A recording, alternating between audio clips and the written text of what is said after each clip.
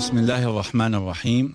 الحمد لله رب العالمين، وأفضل الصلاة وأتم التسليم على سيدنا محمد وعلى آله وصحبه أجمعين. اللهم أخرجنا من ظلمات الوهم وأكرمنا بنور الفهم، وافتح علينا بمعرفة العلم، وسهل أخلاقنا بالحلم، واجعلنا ممن يستمعون القول فيتبعون أحسنه. ورحبوا بالحضور الكريم بأساتذتنا الأفاضل وبأبنائنا الطلبة وبناتنا الطالبات. أسأل الله عز وجل أن تنتفعوا بهذا المجلس المبارك، هو مجلس علم بامتياز. ما فيما يتعلق بالموضوع أخي طه، فهذا موضوع أرق الكثيرين، وهو كما قلت مشكلة بل معضلة العصر. وكل المجتمعات الآن تعاني من هذه الظاهرة، ظاهرة التطرف أو الغلو أو التشدد أو الإرهاب وما إلى ذلك. ولصعوبة هذا الموضوع أحاول أن أكون ممنهجا في التطرق لجزئيات أو أهم جزئيات هذا الموضوع، ولعلنا نرجئ بعض التفاصيل والجزئيات للمناقشة والتعقيبات فيما بعد.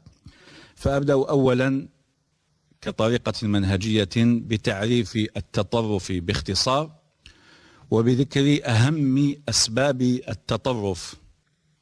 وهذه الأسباب كما سنرى هي أسباب مشتركة ولا علاقة لها بالدول الإسلامية أو بالدول الغربية. ولعلنا إن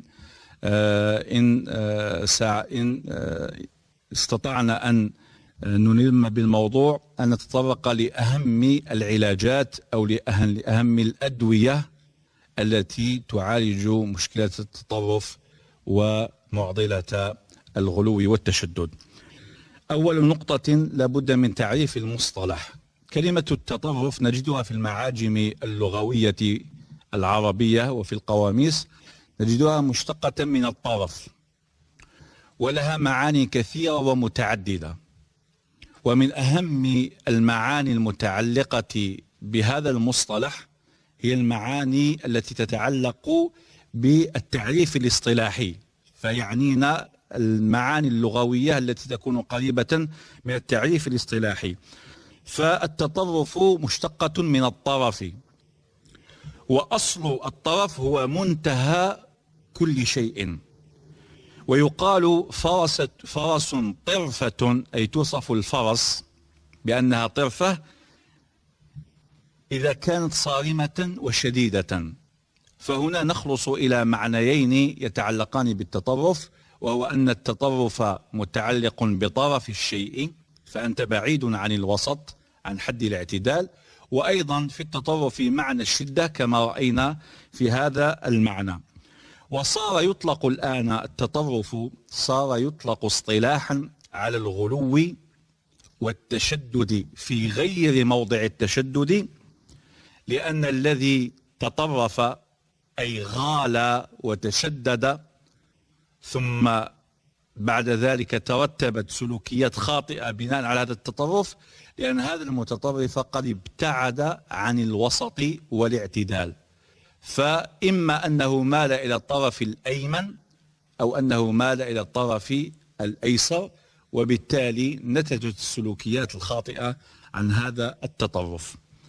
النقطة الثانية باختصار: التطرف أو الغلو أو التشدد، سميه كما شئت، منهي عنه في الإسلام نهيا صريحا، بمعنى أن النهي عن التطرف ليس تلميحا أو إشارة، إنما جاءت النصوص الشرعية في كتاب ربنا وفي هدي نبينا صلى الله عليه وسلم تنهى عن التطرف وما حام حوله نهيا صريحا وآكدا.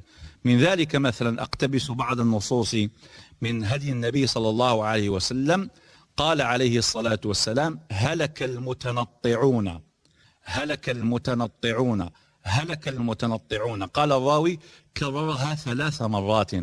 ومعلوم في اللغة العربية وفي جميع اللغات أن التكرار يفيد توكيد الشيء.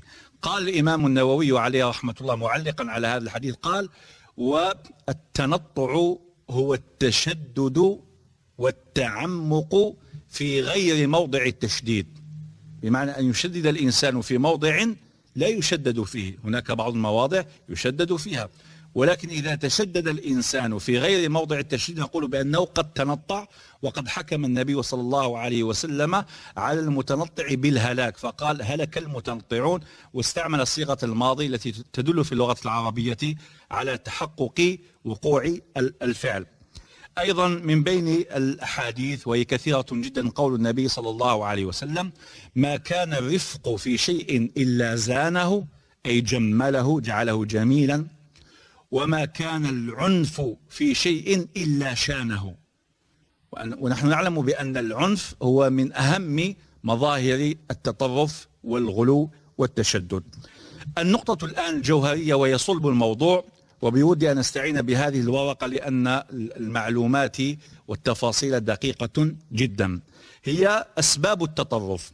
وسنرى حينما نذكر أسباب التطرف بالأمثلة بأن هذه الأسباب في السياق التاريخي وفي أيضا في العصر الحاضر لا علاقة لها بالأديان الصافية والنقية، بمعنى قد نجدها عند المتدينين وقد نجدها عند غير المتدينين، وقد نجدها في الدول الإسلامية والعربية، وقد نجدها أيضا في الدول الغربية، وهذا هو لب الموضوع. لذا يقال يعني في الآن المثل السائر بأن التطرف والإرهاب لا دين لهما ولا لون لهما ولا عرق لهما، وسنقف على هذه الأسباب بالتفصيل.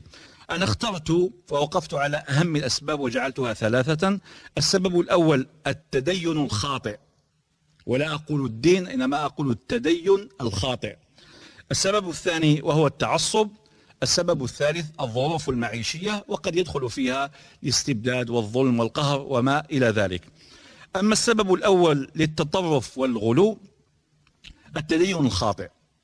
التدين الخاطئ في الغالب الأعم مبني على الجهل والشبهات، وفي تاريخنا الإسلامي ونذكرها بمرارة وحسرة أول ما ظهر التطرف والتشدد والغلو في عهد النبي صلى الله عليه وآله وسلم، حينما جاء ذلك الأعرابي إن صح التعبير وقال للنبي صلى الله عليه وسلم: اعدل فإنك لم تعدل.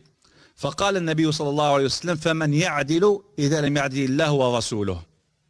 ثم قال النبي عليه الصلاة والسلام معلقا على هذا الموقف المخزي من هذا الرجل، قال: إنه يخرج من ضئضئ هذا قوم يتلون كتاب الله رطبا لا يجاوز حناجرهم، يمرقون من الدين كما يمرق السهم من الرمية، يقتلون أهل الإسلام. هذا التنطع والتطرف والغلو نتج عنه سلوك خطير جدا، وهو القتل وسفك الدماء وإزهاق الأرواح. يقتلون أهل الإسلام ويدعون أهل الأوثان، لئن أنا أدركتهم لأقتلنهم قتل عاد. وهذا الرجل الذي أنكر على النبي صلى الله عليه وسلم علانية هو الأب الروحي إن صح التعبير للخوارج. وفتنة الخوارج كما تعلمون قد أتت على الأخضر واليابس في تاريخنا الإسلامي. نلاحظ بأن التطرف والغلو والتشدد ظهر على أناس متدينين، حتى ذكر النبي صلى الله عليه وسلم في بعض الأحاديث أنك تحقر صلاتك مع صلاته، بمعنى أنه يصلي أكثر منك، يكثر من النوافل، ويقرأ القرآن الكريم أكثر منك، ولكنه فهم الدين فهما خاطئا. كيف؟ أتى إلى آيات نزلت في الكفار فأنزلوها على المسلمين، كقوله تعالى مثلا: ومن لم يحكم بما أنزل الله فأولئك هم الكافرون. سياق الآيات تتكلم عن بني إسرائيل، عن اليهود، وعن تحريفهم للتوراة، وعن النصارى، وعن تحريفهم الإنجيل، فجاءوا بهذه الآيات وأسقطوها على المسلمين، فكل من لم يحكم بما أنزل الله كفر واستبيح دمهم. إن أعجبك الفيديو لا تنسى الإعجاب والاشتراك في القناة. ألا بذكر الله تطمئن